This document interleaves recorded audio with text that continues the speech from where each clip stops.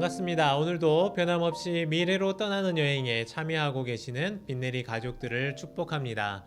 오늘도 하나님께서 말씀을 사랑하는 우리에게 은혜를 더해 주시기를 기도합니다. 다니엘 선지자는 어린 나이에 바벨론 포로로 끌려왔었습니다. 그러나 하나님이 주신 지혜로 바벨론에서도 그 능력을 인정받고 여러 왕의 시대, 여러 제국이 지나는 한복판에서 귀하게 쓰임을 받았죠. 느부갓네살 왕 때부터 벨사살 왕, 다리오 왕, 그리고 고레스 왕 이르기까지 사역을 했는데요. 다니엘서 앞부분에는 유명한 스토리들을 중심으로 이루어져 있다면 어제 읽은 후반부부터는 다니엘에게 주신 환상을 중심으로 기록하고 있습니다. 특히 오늘 보게 될 말씀은 대종말의 시대에 대한 환상이 기록되어 있습니다. 여기에 보시면 앞으로 인류 역사 가운데 일어나게 될 굵직한 사건들을 미리 예언하고 있습니다. 하나님은 이 땅에서 이루실 하나님의 역사를 다니엘에게 먼저 환상을 통해 보여주신 것이죠. 특히 10장, 11장을 보면 여러 왕국이 등장하는데요. 바벨론도 마찬가지였을 것입니다. 자기 스스로를 신흥 강국으로서 영원할 것이라 자부하고 또 믿고 있었을 텐데요. 하지만 그랬던 그들의 힘은 또 다른 신흥 강국 메대와 바사 등에 의해서 사라지고 말았습니다. 물론 우리가 성경 속에 기록된 이런 예언의 말씀을 통해서 성경이 이렇게 정확하고 놀라운 책이라고 말하는 것도 맞겠습니다만 우리는 그보다 더 깊은 내면의 것을 보았으면 좋겠습니다. 10장과 11장의 이 놀랍고 충격적인 예언 속에서 이 모든 것을 이루어 가시는 하나님의 손길을 보셨으면 좋겠습니다.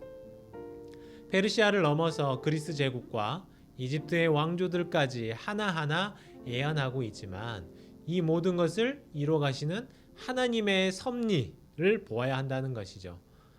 하나님은 이런 분이십니다. 때로는 어떤 한 왕이 힘이 좋고 계략이 뛰어나고 시대적 흐름이 잘 맞아서 강대국을 이루고 제국을 세워가는 게 아니라는 점입니다.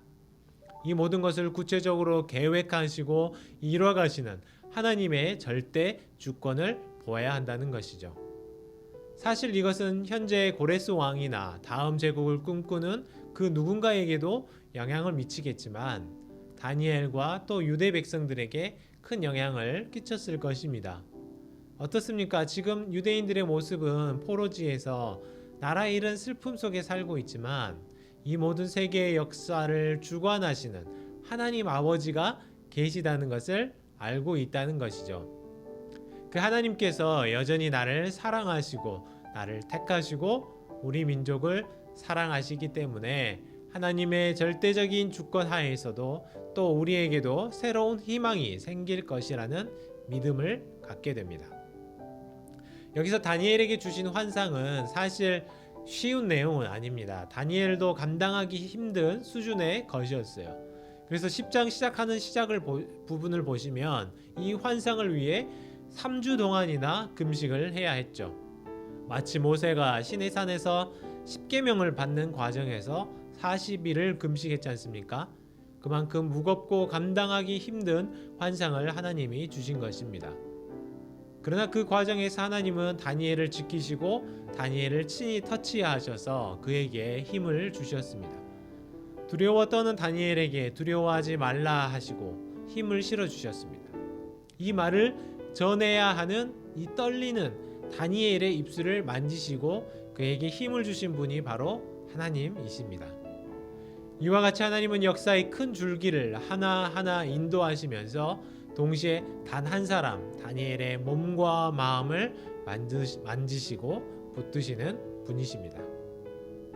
다니엘서의 마지막은 종말에 대한 이야기까지 언급하면서 대미를 장식합니다. 마지막 때까지 일어날 환난과 하나님이 택하신 백성들, 즉 생명책에 기록된 구원받을 자들, 그리고 심판까지 성경은 기록하고 있죠. 그래서 오늘 우리는 무슨 교훈을 얻게 될까요? 오늘 말씀은 우리에게 이렇게 가르치고 있습니다. 연단을 받아 스스로 정결하게 하면서 마지막 날을 기다리라고 하십니다. 그것이 우리 그리스도인들이 마지막 날을 기다리는 자세인 것이죠. 그러나 또 많은 악한 사람들은 아무것도 깨닫지 못하고 악한 일을 저지를 것이라고 말합니다. 그래서 그들은 영원히 수치를 당하고 영원히 부끄러움을 당하게 될 것입니다. 그러나 어떻습니까? 지혜 있는 자는 하늘의 빛처럼 빛나게 될 것이요, 많은 사람을 옳은 대로 인도하는 자는 별과 같이 영원토록 빛나리라는 약속을 주십니다. 지혜가 무엇일까요? 예수 그리스도를 아는 것 아니겠습니까? 하늘의 지혜를 가진 사람 아닐까요? 그 말씀을 듣고 또 행하는 자들이 바로 지혜로운 자들 아니겠습니까? 하나님은 우리를 사랑하시고 부르셔서 하늘의 지혜를 부어주십니다. 다니엘에게 그렇게 하셨던 것처럼 우리에게도 마찬가지죠. 다니엘은 포로였습니다. 다른 민족, 다른 언어 속에서 살았습니다. 그러나 그것이 다니엘을 가로막지 못했습니다. 다니엘에게서 뿜어져 나오는 별과 같은 지혜를 막아설 수 없었습니다. 하나님이 주신 지혜가 다니엘 안에서 빛나고 있었기 때문에 그는 인종을 넘어서고 민족을 넘어서서 저 먼 타양에서도 빛나는 사람이 될 수 있었던 것입니다. 그렇다면 우리 하나님의 지혜를 가진 사람들은 어떤 삶을 살아야 할까요? 역시 오늘 말씀은 우리에게 이렇게 가르칩니다. 다른 사람을 옳은 대로, 즉 그리스도께로 인도하라고 하십니다. 여러분, 좋은 것이 있다면 다른 사람들에게도 그것을 알려주어야겠죠. 또한 우리는 마지막 날에 대한 이 궁금함이 생길 것입니다. 그러나 마지막 날에 대한 것은 성경은 오직 하나님께 맡겨드리라고 말씀하고 있습니다. 이건 역시 우리 지혜자가 할 일이라는 것이죠. 예수님도 마지막 때와 기한을 묻는 제자들에게 알려주지 않으셨잖아요. 주님이 하실 일은 주님의 때에 맞추어 하실 일이니까 주님께 맡겨두고 우리는 기다리며 우리 삶을 살아야 합니다.